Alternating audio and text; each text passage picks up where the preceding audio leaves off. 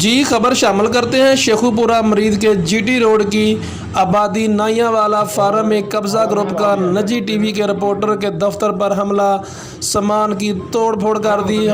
निजी टीवी के रिपोर्टर पर तशद्दुद भी किया गया। मजीद तफसीलात जानते हैं हमारे नुमाइंदे राणा शहजाद कैसर से। जी राणा शहजाद कैसर, बताइएगा कैसे वाक़या पेश आया। जी बिल्कुल, मरीद के जीटी रोड की आबादी नाइयावाला फार्म में कब्जा ग्रुप का निजी टीवी के रिपोर्टर के दफ्तर पर हमला। मरीद के कब्जा ग्रुप के अरकान का साफ़ी पर तशद्दुद, दफ्तर का सामान तोड़ फोड़ कर बाजार में फेंक दिया। मरीद के कब्जा ग्रुप का साफ़ी पर तशद्दुद और कब्जा ग्रुप ने साफ़ी को गिरबान से पकड़ा और सामान बिखेर दिया। मरीद के मुलजमान ने हज़ारों रुपए की नकदी और सामान भी लूट लिया। साफ़ी सज्जाद भट्टी अपने दफ्तर बैठा हुआ था कि दर्जन से ज़्यादा कब्जा ग्रुप के अरकान ने हमला कर दिया।